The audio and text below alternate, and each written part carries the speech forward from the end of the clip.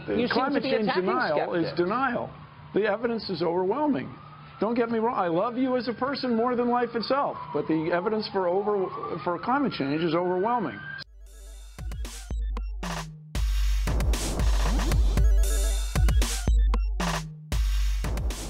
Hello, I'm Elder, and this is the Open Debate.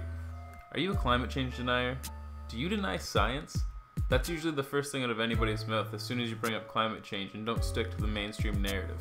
Let's get one thing straight. I don't think anyone's denying that the climate has changed in the past, and will continue to change in the future. It's the rate, Mr. Carlson. It's the rate that's such a concern. So it said the argument is over the rate in which humans are having an effect on the CO2 levels being raised in the atmosphere. According to 97% of all scientists. To what extent is human activity responsible for speeding that up? I mean, please be more precise. If that's the number you want. Not only do they believe it, but they preach it like it's a religion. A lot of members within the scientific community and the mainstream media act as though they want to invoke fear around the subject of climate change. Like it's life and death, and if we don't do something right now, we're inevitably going to perish.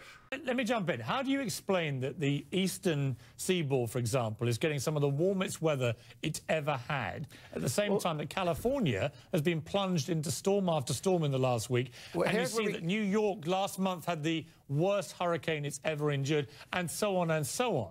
Sure, you know, how do you explain that we're getting so many of these freakish weather patterns if at the same time you've got all this extra CO2 in the atmosphere and all these people now guzzling up power and energy and emitting gases that weren't there before? Surely that is evidence, isn't it? I don't know. I'm not a scientist. But what if I told you there are members of the scientific community that believe the amount of CO2 emissions had little to none of the effect being projected by current climate change models? I want you to remember that science is about facts and data. And questioning those facts, proving those facts. You don't reach correct conclusions in science or politics or any other field unless you can ask honest answers without being shouted down. Well, there is no consensus in science. Science isn't a vote. Science is about facts. With that in mind, let's take a look at what the data says. What the data says. The climate models have been essentially the same for 30 years now, maintaining roughly the same sensitivity to extra CO2.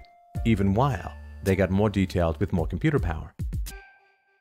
How well have the climate models predicted the temperature?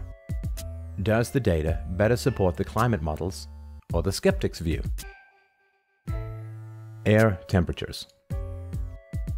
One of the earliest and most important predictions was presented to the US Congress in 1988 by Dr. James Hansen, the father of global warming. Hansen's climate model clearly exaggerated future temperature rises. In particular, his climate model predicted that if human CO2 emissions were cut back drastically starting in 1988, such that by the year 2000 the CO2 level was not rising at all, we would get his scenario C. But in reality, the temperature did not even rise this much, even though our CO2 emissions strongly increased, which suggests that the climate models greatly overestimate the effect of CO2 emissions. A more considered prediction by the climate models was made in 1990 in the IPCC's first assessment report. It's 20 years now, and the average rate of increase in reality is below the lowest trend in the range predicted by the IPCC. Ocean temperatures. The oceans hold the vast bulk of the heat in the climate system. We've only been measuring ocean temperatures properly since mid-2003, when the Argo system became operational. In Argo, a buoy duck dives down to a depth of 2,000 meters, measures temperatures as it very slowly ascends, then radios the results back to headquarters via satellite. Over 3,000 Argo buoys constantly patrol all the oceans of the world. The ocean temperature has been basically flat since we started measuring it properly and not warming as quickly as the climate models predict. Atmospheric hotspot. The climate models predict a particular pattern of atmospheric warming during periods of global warming. The most prominent change they predict is a warming in the tropics about 10 kilometers up, the hotspot.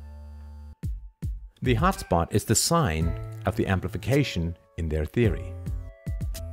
The theory says the hotspot is caused by extra evaporation and by extra water vapor pushing the warmer, wetter, lower troposphere up into volume previously occupied by cool, dry air.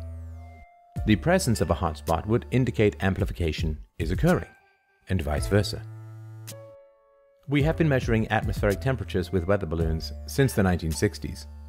Millions of weather balloons have built up a good picture of atmospheric temperatures over the last few decades, including the warming period from the late 1970s to the late 90s. This important and pivotal data was not released publicly by the climate establishment until 2006, and then in an obscure place. Here it is. On the left is the data collected by millions of weather balloons. On the right is what the climate models say was happening. The theory, as per the climate models, is incompatible with the observations. In both diagrams, the horizontal axis shows latitude, and the right vertical axis shows height in kilometers. In reality, there was no hotspot, not even a small one. So, in reality, there is no amplification. The amplification shown in Figure 1 does not exist. Outgoing radiation. The climate models predict that when the surface of the Earth warms, less heat is radiated from the Earth into space on a weekly or monthly timescale. This is because, according to the theory, the warmer surface causes more evaporation, and thus there is more heat-trapping water vapor. This is the heat-trapping mechanism that is responsible for the assumed amplification in Figure 1. Satellites have been measuring the radiation emitted from the Earth for the last 2 decades. A major study has linked the changes in temperature on the Earth's surface with the changes in the outgoing radiation. Here are the results. Outgoing radiation from Earth, vertical axis, against sea surface temperature, horizontal, as measured by the ERBE satellites, upper left graph, and as predicted by 11 climate models, the other graphs. Notice that the slopes for the graphs for the climate models are opposite to the slope of the graph for the observed data. This shows that, in reality, the Earth gives off more heat when its surface is warmer. This is the opposite of what the climate models predict. This shows that the climate models trap heat too aggressively, and that their assumed amplification, shown in Figure 1, does not exist. If you want to check out the rest of that video, I'll leave a link in the description. I highly recommend it, it's got a lot of good information. But as you just saw there was a multitude of conflicting data to what's normally being projected into the minds of any average citizen who doesn't have the opportunity to open their eyes and see the world around them. Not only that, but this is what's being taught and drilled into the minds of the upcoming generations, despite a plethora of conflicting data. Science is about facts and questioning the evidence. When you start attacking anybody who questions your theory instead of just bringing forth the evidence to support your claim, you exit the realm of science and enter the realm of cult-like mentality. I mean, I'm gonna need more than Bill Nye telling me something, or else I'll be labeled a science denier. I have faith in God, but Bill Nye is gonna have to present me some facts. So if 97% of scientists believe in the current model, why are they so unwilling to debunk the independent sources that clearly contradict their evidence? It has become a big political point of the Democratic Party and part of their platform, and I regret it's become political instead of scientific. But the science, the government puts out about $2.5 billion directly for climate research every year. It only gives that money to scientists who will produce scientific results that support the global warming hypothesis of the Democrat Party position. So they don't have any choice. If you're going to get the money, you got to support their position. Therefore, 97% of the scientific reports published support global warming. Why? Because those are the ones the government pays for, and that's where the money is. It's real simple. But that doesn't mean it's right. That doesn't make it true. That only makes it bought and paid for. The money goes in circles. And there you have it. Follow the money and you'll find the answers you're looking for. In a way, it makes sense. If the average person understood how little control we had over the world, they may have a hard time coping with it. Not to mention, it's going to be the loss of an entire industry. Do I think it's right? No. Face your fears. They're not going anywhere. The sooner we learn to tackle our problems head on and quit worrying about the repercussions, the better. The only way we could find a possible solution for the issues that we're facing today is if we step back and take an objective view of the world around us. Only then can we start to make positive changes. Got a little preachy there. Either way, think about it. I'm Elder with the Open Debate. Good luck.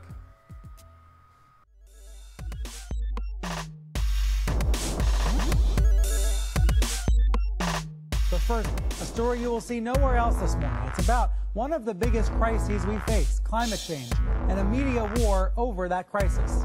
Climate deniers, people who believe climate change is not happening in any meaningful way, are sometimes painted in the media as fringe characters, as kooks. So this might shock you. A man who co-founded the Weather Channel thinks climate change is a hoax.